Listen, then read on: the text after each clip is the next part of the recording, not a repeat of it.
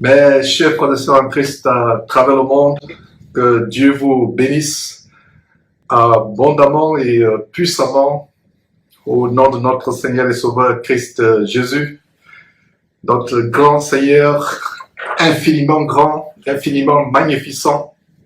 C'est par lui que je vous souhaite la bienvenue en ce grand jour de l'an de grâce 2019. Nous sommes plus exactement le jeudi 29 août, c'est presque la fin du mois, 29 août 2019 pour ce grand thème que j'ai annoncé, mes frères. Ce thème m'a été inspiré par Dieu aujourd'hui à la suite des questions que les uns et les autres posent sur les morts. Est-ce que les morts sont vivants? Est-ce qu'on peut entrer en contact avec les morts? Et j'ai enregistré la question d'un frère Ebenezer du côté du Cameroun qui pose la question, donc je vais vous la faire suivre. Je vais vous faire suivre la question d'Ebenezer qui sera l'objet de l'enseignement aujourd'hui sur les morts. Est-ce qu'on peut voir un culte mort? Est-ce qu'on peut parler aux morts? Est-ce qu'on peut dire paix à ton âme à mort? Est-ce qu'on peut dire à mort que ton âme repose en paix, etc., etc. Donc voilà le sujet de l'enseignement d'aujourd'hui, du message d'aujourd'hui qui s'intitule Prier pour les morts. Prier pour les morts, c'est tout simplement entrer en contact avec les esprits impurs. Donc avant de continuer, de poursuivre, je vais d'abord vous faire suivre la question du frère Ebenezer du Cameroun qui m'a envoyé ce matin. Et nous allons engager l'enseignement. Oui, bonjour frère Georges.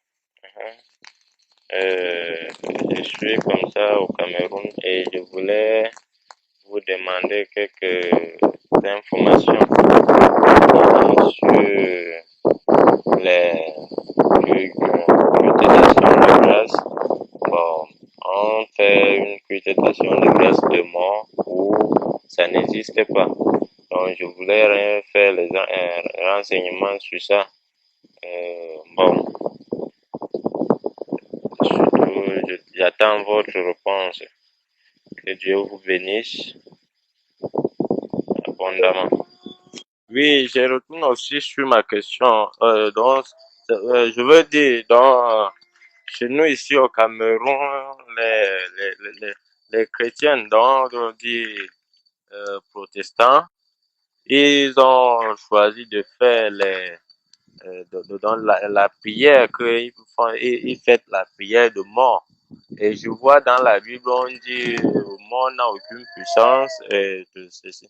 Donc, bon, et moi, je trouve ça bizarre, et je veux prendre les renseignements comme vous êtes déjà mieux sur la Bible, et vous pouvez bien, vous êtes mieux placé pour me donner les informations concernant mes soucis, quoi. Donc, j'attends votre réponse.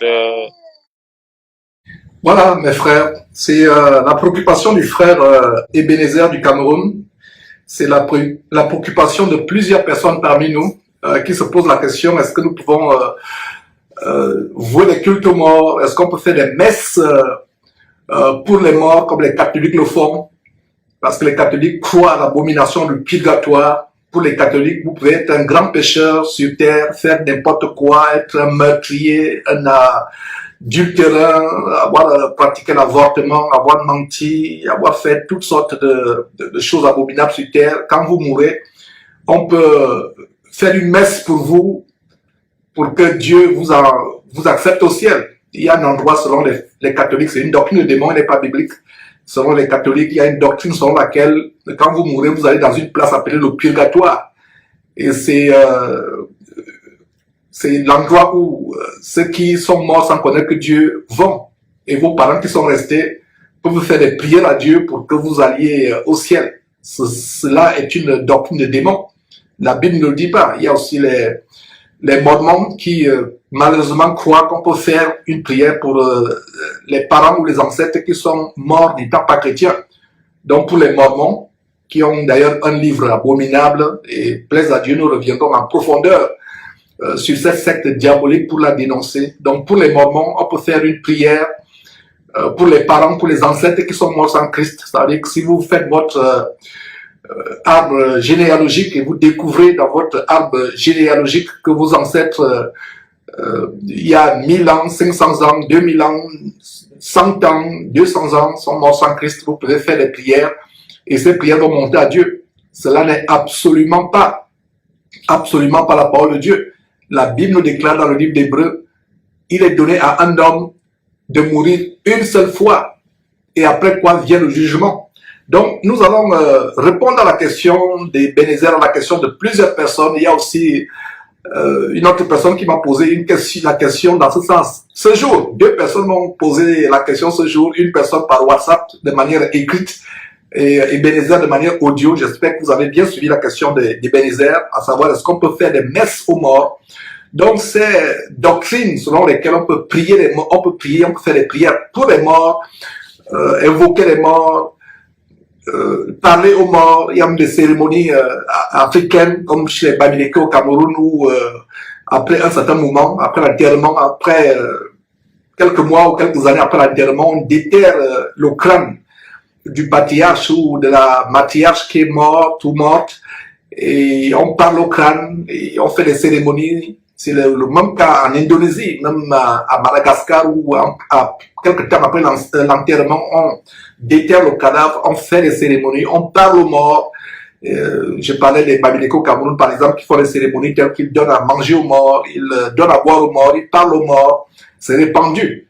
Et vous voyez, il n'y a pas de différence avec ces traditions satanistes malgaches ou camerounaises chez les Bamileke ou en Indonésie. Il n'y a pas de différence avec les sectes diaboliques, les religions sataniques telles que le catholicisme et les mormons. D'ailleurs, les catholiques, ils ont même des reliques. S'il y a une religion qui est vraiment consacrée au culte de la mort, à l'adoration de la mort, c'est bel et bien l'église catholique romaine, l'abomination catholique romaine. Et c'est pour cela que j'encourage les frères et sœurs à partager cette vidéo. Vous qui êtes en direct actuellement, partagez cette vidéo à vos parents qui sont catholiques, même pas catholiques, même les non-chrétiens. Partagez cette vidéo sur les réseaux sociaux, Facebook, WhatsApp, YouTube, Instagram, pour que les gens connaissent la vérité. Et si toi, catholique, tu as été dans ces choses, il faut que tu comprennes que ce n'est pas la parole de Dieu. Nous devons comprendre que la Bible qui est la merveilleuse parole de Dieu, la parole de Dieu merveilleuse, doit être notre référence. C'est comme une femme qui fait la cuisine. Une femme qui fait la cuisine, par exemple, elle veut faire de la pâtisserie, faire des gâteaux, faire des beignets. Elle a une mesurette pour mesurer la farine. Cette recette nécessite telle quantité de farine. Cette recette, telle autre recette nécessite telle quantité de sucre, de levure, etc., telle quantité de poivre. Donc, vous avez une mesurette.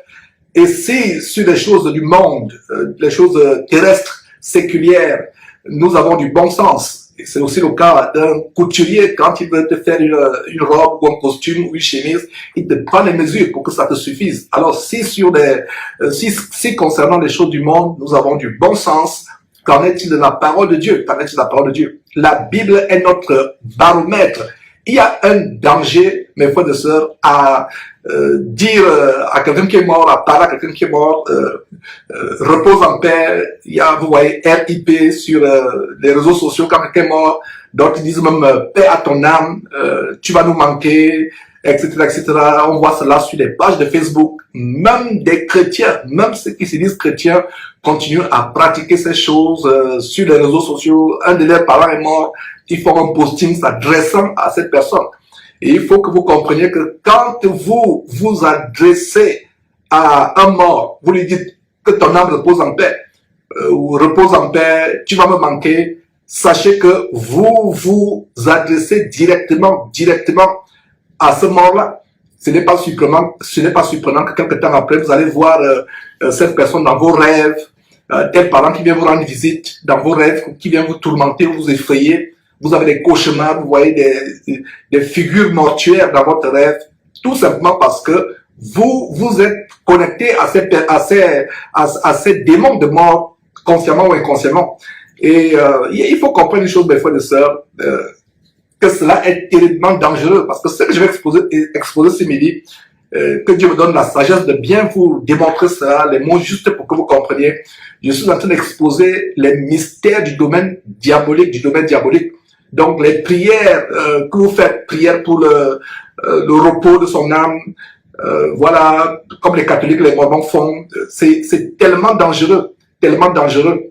Et il y a une chose que vous devez comprendre d'entrée de jeu, comme je commence cette exhortation, cet enseignement, c'est que quand un homme naît, tout homme qui vient sur terre, qui sort du ventre de sa mère, dès qu'un homme sort du ventre de sa mère, il est automatiquement environné d'esprits familiers ou de démons familiers. Donc, chaque famille est environnée par une catégorie d'esprits dans le domaine de Satan qu'on appelle esprit familier. Retenez bien ce mot, esprit familier. Donc, quand quelqu'un naît, un enfant, dès qu'il sort du ventre de sa mère, il est automatiquement environné d'esprits familiers, de démons, qui vont suivre cet enfant, cette personne, tout au long de sa vie, comme cette personne grandit. Ces démons sont envoyés, commandités par Satan, pour suivre cette personne tout au long de votre vie, pour vous environner, pour vous entourer. Et une fois que cette personne meurt, le démon, la personne meurt, la personne n'a plus de souvenirs, parce que la Bible, comme on va voir quelques versets, la Bible dit que quand une personne meurt, elle n'a plus de souvenirs avec ce qui se passe sur terre. Elle ne se souvient plus de ses parents, tout est oublié. On va voir tout ça tout à l'heure. La personne ne peut plus communiquer avec les vivants. Alors, qu'est-ce qui se passe? Dès que la personne meurt, ne pouvant plus communiquer avec les vivants, les démons appelés esprits familiers vont continuer à agir, à parler en lieu et place de cette personne qui est morte. Cette personne qui est morte. Et pour vous qui serez peut-être choqués en apprenant que dès qu'un enfant sort du ventre de sa mère, il est automatiquement environné des esprits familiers. Pour vous qui pourrez être choqués, la consolation c'est que quand l'enfant naît des parents chrétiens, il a la protection de Christ jusqu'à ce qu'il devienne lui-même à un âge. Il atteint un âge où il peut accepter lui-même Jésus-Christ. L'âge où il discerne clairement le bien et le mal, c'est généralement entre 12 ans et 13 ans.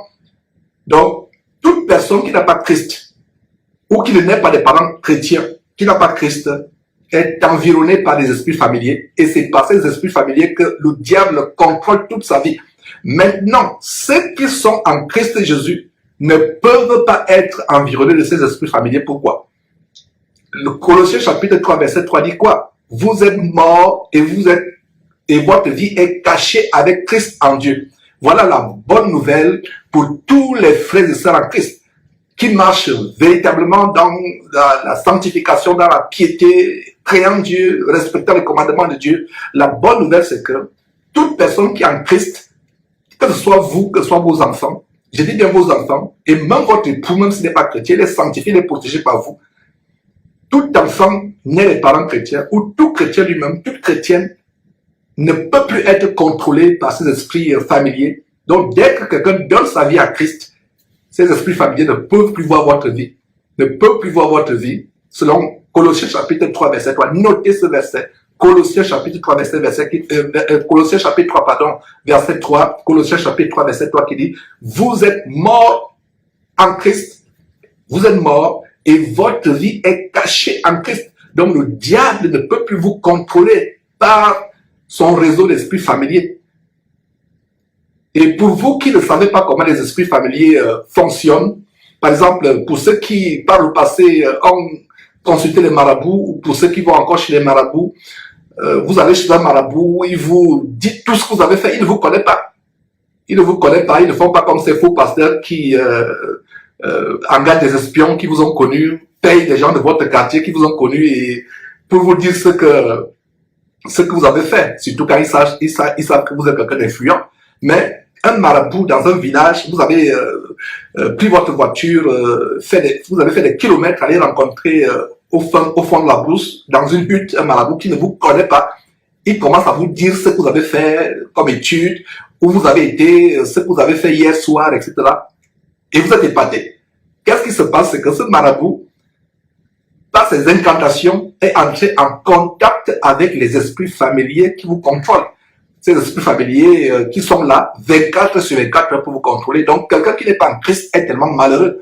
quelqu'un qui n'est pas en Christ est 24 sur 24 heures contrôlé par ces esprits. Alors, voilà ce qui se passe.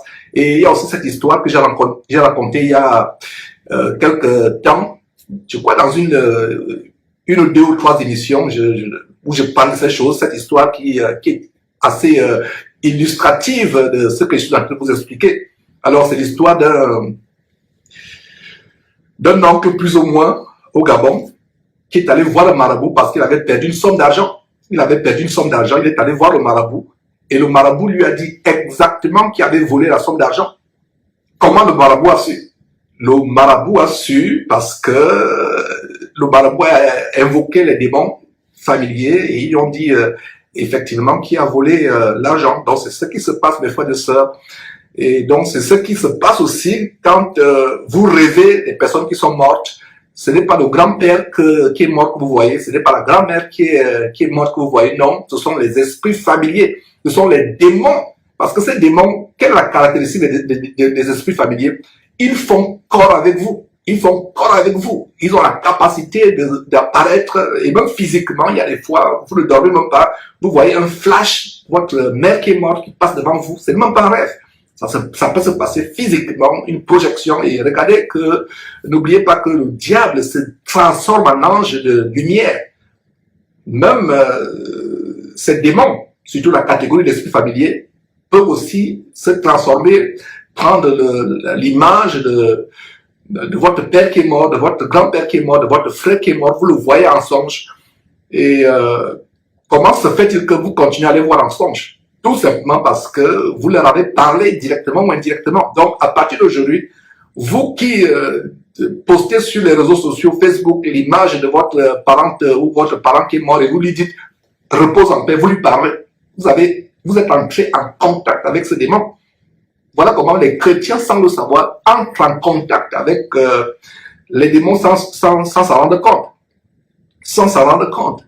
Tout ce cérémonial qui se passe, que ce soit les cultes aux morts, dans les traditions, comme je disais, les Babéliques au Cameroun, que ce soit les messes que les catholiques font aux morts, votre parent qui est décédé, on vous dit, on sait que vous êtes chrétien, mais venez quand même assister à cette messe qu'on va lui faire. Et il n'y a plus rien pour un mort. Un mort est mort, point final. Donc, ces messes qu'on fait pour les morts, ces cérémonies rituelles qu'on fait pour les morts, en fait, dans cette assemblée où ça se déroule, les esprits familiers sont en plein dans l'assistance. C'est pour ça que des fois, dans ces cérémonies, soit africaines, traditionnelles, je parle de ce que je connais, vous allez voir des personnes qui entrent en transe, qui commencent à convulser, entrent en transe, tout simplement parce que les esprits familiers qui sont dans cette assemblée, pendant qu'on fait ce rituel, cette messe ou ce culte mort, sont là, possèdent beaucoup de personnes et vous entendez même plus tard qu'il y a des accidents, il y a d'autres personnes qui sont mortes quelques instants après.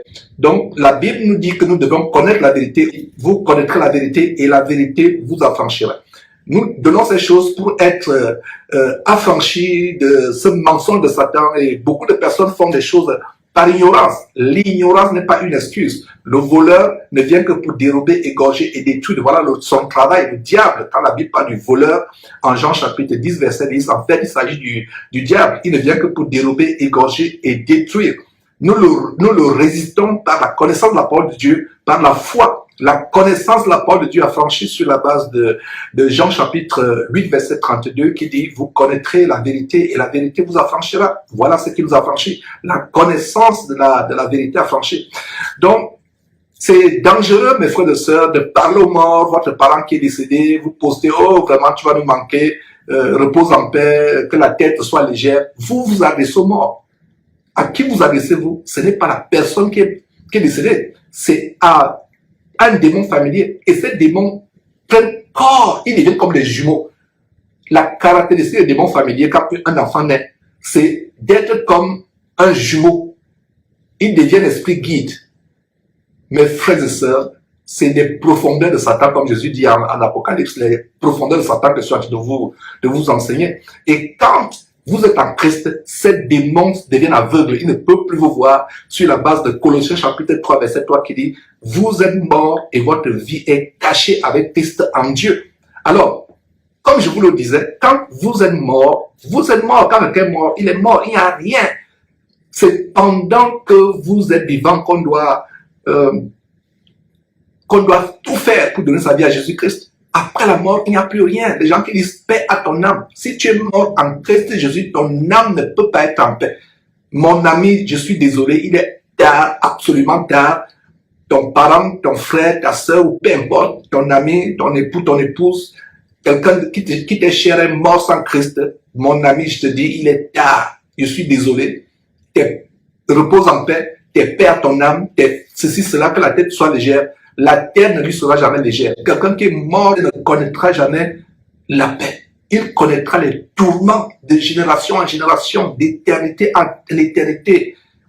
D'éternité en éternité. Il n'y aura pas de fin. Les tourments de quelqu'un qui est mort en rejetant Christ, qui est mort dans le péché, il ne connaîtra jamais de paix. Il ne connaîtra jamais de repos. La terre ne lui sera jamais légère. Il va connaître les tourments d'éternité en éternité, en enfer. Est-ce que vous comprenez cela?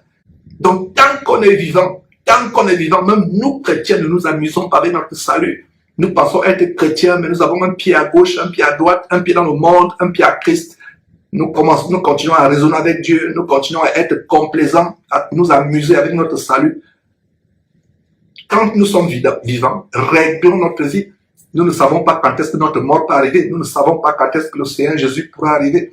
Tant que nous sommes vivants, faisons un effort de régler notre vie. Parce que dès qu'on est mort, c'est fini. C'est fini, c'est fini. Finish, terminé, il n'y a plus rien.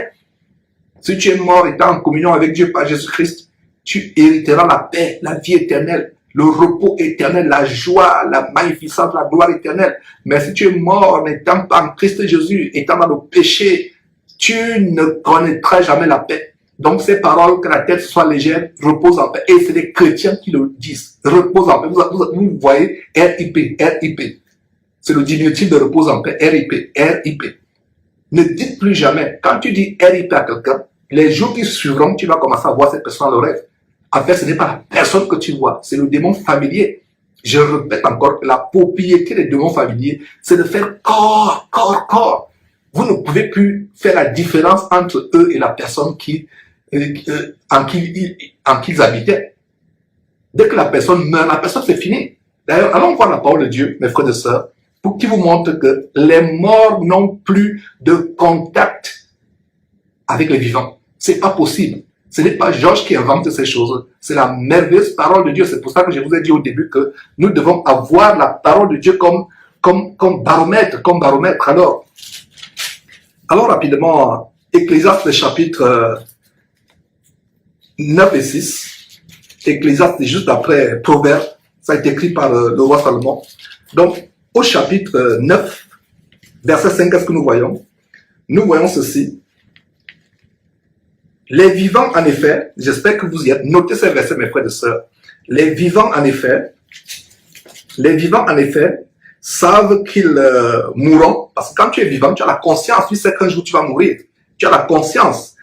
Donc, Ecclésiaste chapitre 9, verset 5, les vivants, en effet, savent qu'ils mourront, mais les morts ne savent rien. Regardez, les morts ne savent rien. Il n'y a pour eux plus de salaire, puisque leur mémoire est oubliée. Il n'y a plus de salaire. Regardez le verset 6. Et leur amour, et leur haine, et leur envie ont déjà péri. Ils n'auront plus jamais aucune part à tout ce qui se passe sous le soleil. Ils n'auront plus jamais aucune part. Donc toi qui verses une bouteille lors des cérémonies funèbres, tu ouvres une bouteille de bière ou une bouteille de vin de palme ou de champagne, tu verses d'abord au sol pour que la personne qui vient de mourir boive un peu. Qu'est-ce que la parole de Dieu? La parole de Dieu dit au verset 6, et leur amour, leur haine et leur envie ont péri. Ils n'auront plus jamais aucune part avec tout ce qui se passe sous le soleil. Aucune part. Ils n'auront plus à manger. Ils n'auront plus à boire.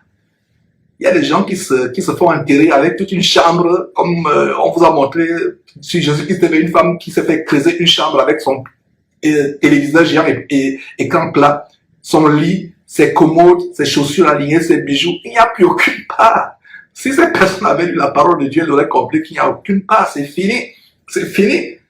Leur haine oubliée. Donc, quelqu'un qui est mort en te haïssant, toi qui dis, oh, mon grand-père, ma mère est morte, en me haïssant, en me détestant, c'est pour cela que je n'arrive pas à trouver un travail, je n'arrive pas à trouver un mari ou une femme, je n'arrive pas à décoller dans mes affaires, parce que ma mère me haïssait. C'est faux. La Bible dit que quand elle est morte, ta mère est morte, ton père est mort, peu importe toute personne, et il n'y a plus de souvenirs. Leur haine est oubliée. Leur haine est oubliée. C'est fini, il n'y a plus rien. Vous voyez comment la parole de Dieu nous donne des révélations. Donc, ne vous souciez plus de votre parent qui est décédé. Regardez le verset 5 et 6. Les morts ne savent rien, ils ne savent rien. Maintenant, si le parent apparaît, qu'est-ce qui se passe? C'est un démon, c'est le démon familier. On va d'ailleurs voir, si le temps nous permet, terminer avec la grande histoire de Saül à 1 Samuel chapitre 28, si le temps nous permet, mes frères et sœurs. Alors, allons dans Ésaïe chapitre 26. Ésaïe chapitre 26 montre aussi un autre détail de comment, quand on est mort, c'est fini, il n'y a plus rien. Ésaïe chapitre 26, verset 14, qu'est-ce que nous voyons? Verset 14, ceux qui sont morts ne revivront pas. Des ombres ne se relèveront pas. Car tu les as châtiés, tu les as anéantis. Tu en as détruit leurs souvenirs. Tu en as détruit tout souvenir. Ils n'ont plus de souvenirs. Et regardez le verset 14 très bien. Ceux qui sont morts ne revivront pas. Donc vous qui dites que j'ai vu un fantôme. Le fantôme c'est un démon familier. Ah, j'ai vu le fantôme de ma grand-mère. J'ai vu le fantôme de mon père. C'est les esprits familiers. Ils ne vivront plus jamais. Jamais.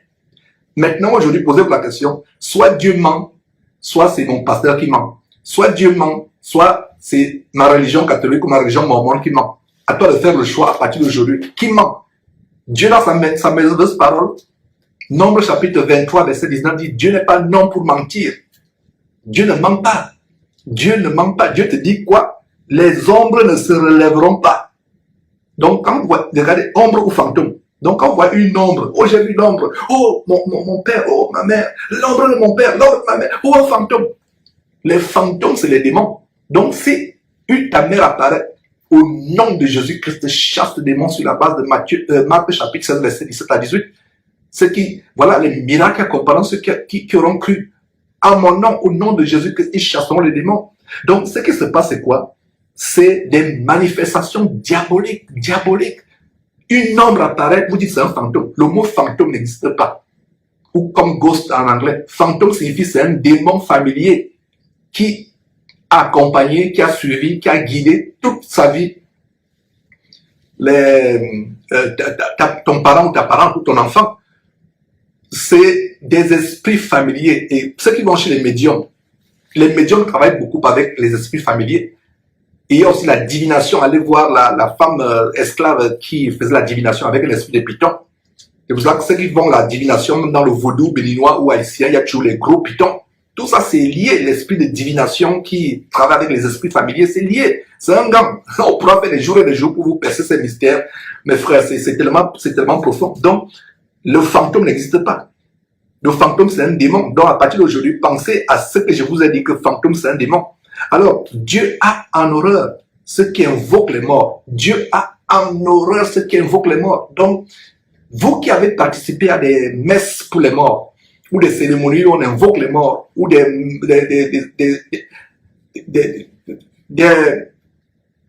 peu importe mes frères et sœurs, des cérémonies, des séances où on rend hommage à un mort, on commence à faire un discours, on parle à un mort, partez de là en courant. C'est pour cela que les chrétiens doivent faire très attention quand ils assistent aux enterrements. Le mort est mort, on commence à dire, dis-nous comment tu es mort, qui t'a tué, nous voulons savoir, on commence à taper les tam-tams ou les balafons, pour vous qui êtes africains comme moi. On commence à taper les balafons, dis-nous, qui t'a tué, comment tu es mort. Et voilà comment cet esprit se manifeste. Là, vous ne voyez pas, il commence à entrer dans les gens. Et plus tard, il y aura des accidents, il y aura des morts, il y aura toutes sortes de choses. Dieu a en horreur cela. Et allons dans Lévitique, mes frères et sœurs, Lévitique chapitre 20, pour voir à quel point Dieu a en horreur ceux qui invoquent les morts. Lévitique chapitre 20, verset 6. Qu'est-ce que nous lisons? Notez tous ces versets. Lévitique chapitre 20, Lévitique chapitre 20, verset 6 dit quoi? Si quelqu'un s'adresse aux morts et aux esprits pour se prostituer après eux, moi l'Éternel Dieu, tournerai sa face contre cet homme, je le retrancherai du milieu de mon peuple. Je le retrancherai du milieu de mon peuple. Vous voyez à quel point Dieu déteste, Dieu a en horreur, Dieu abhorre ceux qui vont consulter les morts, qui vont invoquer les esprits. Verset 6 à nouveau, Lévitique chapitre 20, verset 6. Si quelqu'un s'adresse aux morts et aux esprits, regardez comment mort et esprit sont liés. Vous pensez que c'est par hasard? Mort et esprit, ça veut dire qu'un mort qu'on invoque, en fait, c'est un esprit qu'on invoque, un esprit familier. Voilà la grande révélation. Soulignez très bien mort et esprit. Encerclez et. Mort et esprit. Ça veut dire qu'un mort, en réalité, ce n'est pas celui qui est mort, c'est un esprit qui est derrière. Voilà la grande révélation de Lévitique chapitre 20, verset 6, que si quelqu'un s'adresse aux morts, en s'adressant aux morts, il s'adresse à qui? Et aux esprits, donc il s'adresse aux esprits. Pour se prostituer, regardez, se prostituer. Donc, il y a une très grande prostitution dans le corps de Christ aujourd'hui, où les chrétiens vont dans des funérailles, où ils vont danser pour dire au revoir aux morts, pour parler aux morts, pour que le mort les bénisse. Des chrétiens. Nous devons sortir de ces choses, donc pour se prostituer après eux. Donc, il y a une prostitution spirituelle. Les prostituées, ce ne sont pas seulement celles qui se mettent dans les carrefours sombres dans la nuit pour solliciter les clients. Il y a la prostitution même au milieu des chrétiens. Donc, pour se prostituer contre cet homme, pour se prostituer après eux, je tournerai ma face contre cet homme. Je le retrancherai du milieu de mon peuple. Ça, c'est dans l'Ancien Testament. Maintenant, pour les chrétiens, quand Dieu dit « je te retrancherai », beaucoup de chrétiens vont perdre le salut, vont perdre la vie éternelle. À cause de quoi? À cause du fait qu'ils ont assisté à une messe pour les morts. Regardez donc comment des milliers et des milliers, je vais dire des millions et des millions de catholiques déjà sont en route pour l'enfer. Il y a même une fête chez les catholiques, la fête des morts. La Toussaint, je ne sais pas si c'est la Toussaint. Et les satanistes aux États-Unis ont la version Halloween. Halloween, je dirais plutôt Halloween, Hell, l'enfer Hell. Donc Halloween, ils ont la version de la Toussaint, la fête des morts chez les catholiques. Sortez de cette abomination. Et Dieu dit que si tu invoques les morts, tu t'adresses aux morts, soit par une fête, soit par une cérémonie, une séance ou une messe, peu importe, tu t'adresses aux morts. Même un concert, tel artiste est mort, on va faire un concert à son hommage, on va lui chanter des chansons, lui adresser des messages. C'est pas la volonté de Dieu. C'est pas la volonté de Dieu. Lisons aussi Deutéronome, mes frères et sœurs. Deutéronome chapitre 18, verset 11. Vous voyez que c'est quelques versets qui montrent à quel point prier les morts, s'adresser aux morts, c'est quelque chose qui est en abomination à Dieu. Deutéronome chapitre 18, verset 11 nous dit quoi? Verset 10 même à 11, qu'on le trouve chez toi, personne qui fasse passer son fils ou sa fille par le feu, personne qui exerce le métier de devin, donc quelqu'un qui a un métier de marabout, ou de nganga, comme on dit en Afrique centrale, ou quelqu'un qui est un féticheur, la Bible dit qu'on ne trouve chez toi, dans ta ville, dans ton village, dans ton pays, personne qui n'exerce le métier de devin, d'astrologue, d'augure, de magicien, verset 11, d'enchanteur, personne qui consulte ceux qui évoquent les esprits ou qui disent la bonne aventure, personne qui interroge les morts. Dans cette cérémonie chez les Bamileke au Cameroun où on tape les tam-tams, on interroge le mort, on dit comment tu vas, comment ça se passe là-bas, ça fait 2 ans que tu es mort, comment tu te portes là-bas, etc. On a vu des versets qui montrent qu'il n'y a plus de souvenirs. Les ombres ne se relèveront pas. Celui qui est mort n'a plus de part avec ce qui se passe sur le soleil. Il est mort, il attend le retour de Jésus-Christ. Il attend le retour de Jésus-Christ, mes frères et sœurs. Il n'y a plus rien. Isaïe chapitre 8, un autre grand verset. Notez tous ces versets. Isaïe chapitre 8, verset 19, nous donne un autre verset qui dit quoi? Isaïe chapitre 8, verset 19. Si l'on vous dit, consultez ceux qui évoquent les morts et ceux qui prédisent l'avenir, qui poussent des sifflements et des soupirs, répondez, un peuple ne consulterait-il pas son Dieu? S'adresserait-il aux morts à faveur des vivants? Regardez, des cérémonies où on dit vraiment, nous souffrons là dans la famille, les femmes n'accouchent pas, les femmes ne se marient pas, les hommes ne se marient pas, les hommes ne trouvent pas le travail, il y a tellement de problèmes, donc on va s'adresser aux parents, on déterre le cadavre, on parle au crâne, on commence à parler au crâne. On dit vraiment, aidez-nous ici, aidez-nous, nous souffrons ici, vraiment, ouvrez-nous les portes. nous voulons que les aïeux, tu parles aux aïeux là-bas qui sont avec toi dans le sujet de mort pour nous aider. Regardez ce verset. S'adresserait-il aux morts en faveur des vivants? C'est en vain. En fait, vous vous adressez aux démons. Aux démons. Donc, nous allons tout terminer avec l'étude très rapide du cas de Saül. C'est une illustration, le cas de Saül dans 1 Samuel chapitre 28, c'est l'illustration de comment les esprits familiers se manifestent. Les esprits familiers se manifestent. C'est par là on va terminer, mes frères et sœurs, ce merveilleux enseignement qui nous montre l'infinie grandeur de la parole de Dieu. La parole de Dieu qui est la lampe à nos pieds. Somme chapitre 119, verset 105 qui dit là, ma parole est une lampe à tes pieds, une lumière, une lampe à tes pieds, une lumière sur tes sentiers. Donc si les gens connaissaient la parole de Dieu, ils ne seraient plus détruits, mentis, séduits, jetés en enfer. Parce que quelqu'un qui s'est associé à cette pratique où il y a des cérémonies où on va rendre hommage à un mort célèbre, où on va parler aux morts, où on va faire peu importe, ou les cérémonies telles que Halloween, des fêtes telles que Halloween, ou la Toussaint, la fête des morts, etc. Si vous avez pris part à ça, sachez que vous êtes retranché de Dieu. Mais tant que vous êtes vivant, il est possible pour vous de vous repentir, de demander pardon à Dieu. Et Dieu, par sa grâce, va vous accorder sa miséricorde, parce qu'il dit, là où le péché a abondé, la grâce a surabondé. Il y a aussi notre verset qui dit que Dieu a tenu compte des temps d'ignorance. Donc Dieu va tenir compte de ce que vous n'étiez pas instruit. Vous ne connaissez pas la parole de Dieu. Mais si, après avoir suivi cet enseignement, vous continuez à vous vautrer dans cette pratique, oh là là, votre cas sera encore plus grave. Vous allez même commencer à souffrir, non seulement après votre mort, mais étant sur terre, parce que Dieu va vous traiter durement. Dieu va vous dire que vous avez suffi, pourtant vous avez suivi ce direct que Georges vous donnait.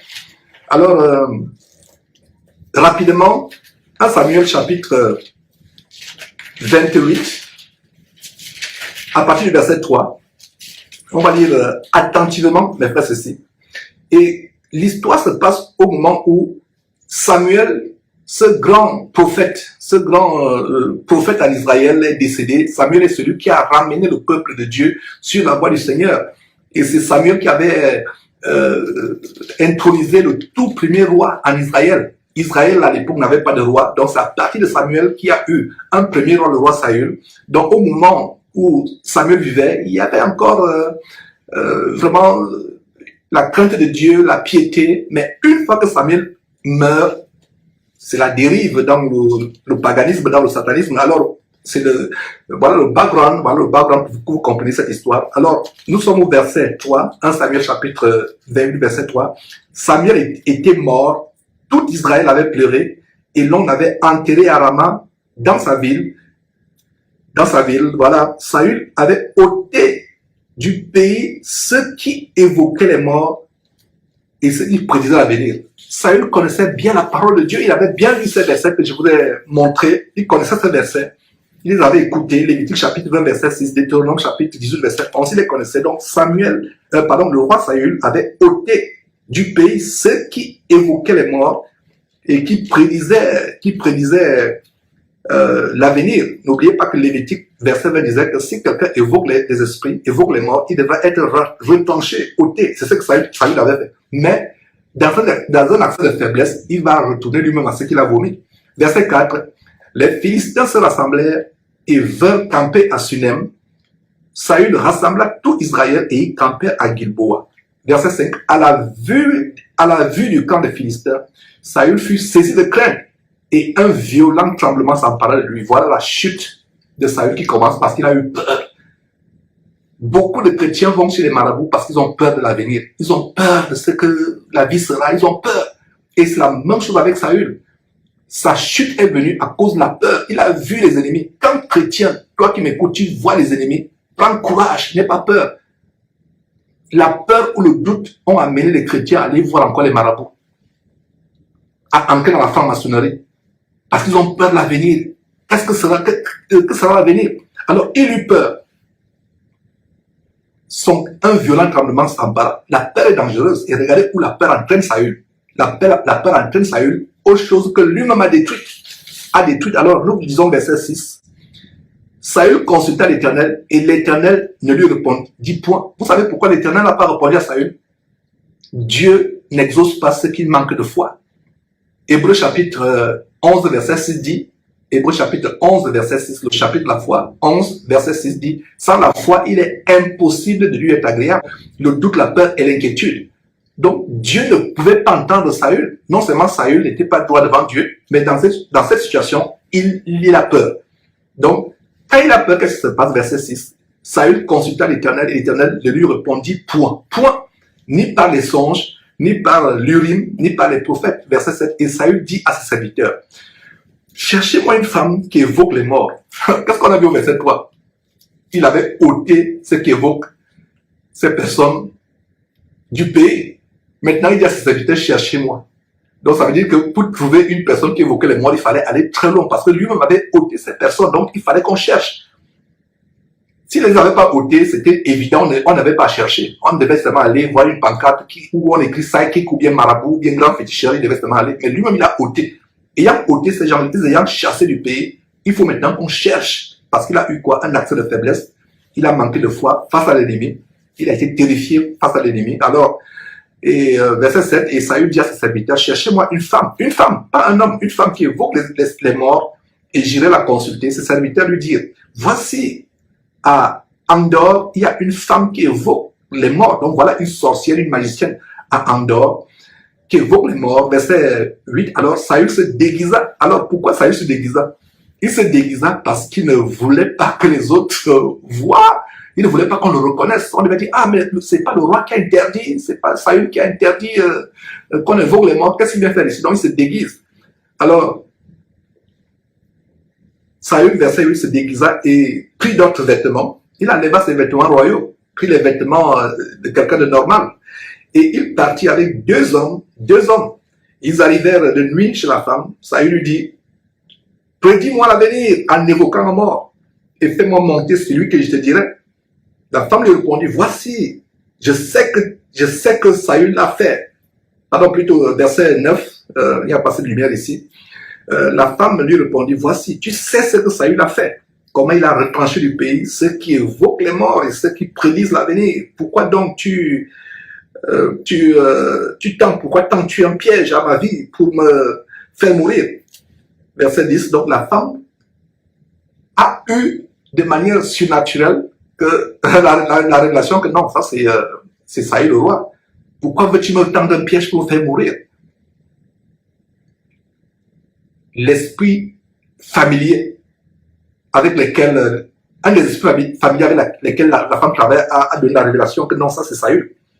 Verset 10, Saül lui jura par l'Éternel en disant, l'Éternel est vivant, il ne t'arrivera point de mal pour cela. Verset 11, la femme dit, que veux-tu que je te fasse monter? Et il répondit, fais-moi monter Samuel. Fais-moi monter Samuel, le prophète. Quand Samuel était vivant, il n'obéissait pas au commandement de Dieu que Samuel lui amenait. Mais c'est quand Samuel meurt qu'il veut voir Samuel. Vous voyez comment le diable vous amène à entrer de plus en plus en profondeur dans la chute, dans la destruction. Verset 12. Lorsque la femme vit Samuel, elle poussa un grand cri et elle dit à Saül, pourquoi m'as-tu trompé? Tu es Saül, voilà. En fait, ce Samuel n'était pas Samuel en réalité. Comme je vous ai dit, c'est cet esprit qui est sorti a dit à la femme que tu es Samuel. Tu es Saül, excusez-moi, tu es Saül. Le roi lui dit, ne crains rien. Mais que vois-tu? La femme lui dit, je vois un Dieu. Voilà la révélation au verset 13. Dieu écrit comme, avec quoi? Dieu écrit avec petit d. Je vois un Dieu. Ça veut dire que je vois un démon. Je vois un esprit. Voilà la révélation. Mes frères et sœurs, je vois un Dieu. Est-ce que vous voyez la révélation ici? Je vois un Dieu. Il lui dit, quelle figure a-t-il? Elle lui répondit, c'est un vieillard qui monte, il a enveloppé le manteau. Exactement ce que les marabouts font ici. Font aujourd'hui dans nos sociétés, dans notre génération. Que vois-tu? Elle dit bien au verset 13, la révélation c'est que je vois un Dieu. Donc un démon. Mes frères et sœurs, vous pouvez lire vous-même la suite. Peut-être qu'on pourra revenir là-dessus, mes frères, de grandes révélations, mais nous courons après le temps. Et Dieu va passer par ce démon pour dire des choses terrifiantes à Saül. Dieu va le prendre à sa propre folie, puisqu'il est parti pour voir Samuel, alors que ce n'est pas Samuel. Dieu va le rassasier de sa folie. La Bible dit que Dieu les a livrés à leur sens retrouvé. Et ce Samuel, entre guillemets, va lui parler, il va penser que c'est Samuel. Dieu ne va pas lui dire que ce n'est pas Samuel. C'est aujourd'hui, vous et moi, nous avons la révélation parce que la femme dit au verset 13, je vois un Dieu qui monte, donc un démon qui monte. Mais plus tard, vous allez voir que ce démon, ce Dieu va se passer pour, ce Dieu, entre guillemets, va se passer pour Samuel, il va parler à Saül, et Dieu va passer par cet esprit impur pour dire à Samuel, pour dire à Saül qu'il va mourir. Et nous voyons justement en 1 Chronique, chapitre 10, verset 13, comment Saül est mort. Dans 1 Chronique, chapitre 10, verset 13, nous voyons comment Saül mourut parce qu'il se rendit coupable d'infidélité envers Israël. Ça, c'est, je vous lis 1 Chronique, chapitre 10, verset 13. Saül mourut parce qu'il se rendit coupable d'infidélité envers l'Éternel, dont il n'observa point la parole qui est pourtant en Lévitique, chapitre 20, verset 6, à savoir n'allez pas évoquer les morts. Donc, il n'observait point la parole, et parce qu'il l'interrogea et consulta ce qui évoque les morts. Donc, la révélation nous est donnée plus tard dans 1 Chronique, chapitre 10, verset 13, que Saül mourut parce qu'il non seulement obéissait à Dieu, mais parce qu'il allait consulter ce qui évoque les morts. Donc, c'était un plaisir de vous partager ces choses. Et je vais terminer par l'autre question, à savoir, quand les chrétiens meurent, ils vont où? Qu'est-ce qui arrive? Quelqu'un qui est mort en Christ va dans un endroit de repos. C'est un mystère, exactement comme dans l'histoire de l'homme riche et du pauvre Lazare qui est allé dans le sein d'Abraham. Ce n'est pas encore le ciel. Nous irons au ciel à la résurrection. Allez lire 1 Thessaloniciens chapitre 4 pour bien voir la réponse. Qu'est-ce qui arrive quand les gens meurent? Parce que vous qui posez la question, où le chrétien va quand il meurt, est-ce qu'il va directement au ciel? Les Thessaloniciens avaient posé la question à Paul, et Paul traite de cette question à 1 Thessaloniciens chapitre 4, à lire cela pour des questions de temps. Vous-même, vous allez comprendre que quand un chrétien meurt, il ne va pas directement au ciel. Actuellement, personne n'est au ciel. Même Marie, la mère de Jésus, n'est pas au ciel. Elle attend le retour de Jésus-Christ. Tous les saints sont morts. Il y a un verset qui dit dans la Bible que même le tombeau de David existait encore au moment où l'apôtre Paul et autres faisaient leur ministère. Le tombeau de David existait encore à l'époque, au premier siècle où ces apôtres parlaient. Donc, quand un chrétien meurt, s'il meurt en Christ, il va dans un endroit de repos où il attend l'enlèvement. Quand le Seigneur Jésus reviendra, les morts en Christ ressusciteront. Ceux qui sont morts en Christ et en communion avec Christ, ils auront à la rencontre de Jésus-Christ maintenant pour aller au ciel avec Jésus-Christ. C'est un plaisir de vous partager ces choses, mes frères et sœurs. Demain, vendredi, nous n'aurons pas de direct à la pause de midi. Je vais plutôt me concentrer à commencer à mettre sur pied le grand direct de samedi depuis le studio de Houston. Et là, je vous enseigne depuis une des salles de conférence de la compagnie où je travaille. Mais samedi après-demain, nous aurions un direct pour poursuivre avec l'étude du merveilleux livre de Actes des Apôtres avec le chapitre 8, exclusivement pour voir des grandes choses que Philippe a opéré dans cette ville de la Samarie, comme un sorcier justement, magicien, comme la sorcière d'Endor qu'on vient de voir, émerveiller la ville avec des tours de magie, et comment quand Philippe est arrivé à Samarie, la ville de Samarie a été émerveillée par la parole de Dieu, changée, convertie, et même ce sorcier a été converti. Donc voilà les choses que par la grâce de Dieu, nous verrons à l'émission d'après-demain samedi. Mes frères et sœurs, vous connaîtrez la vérité vous affranchira. Bye bye.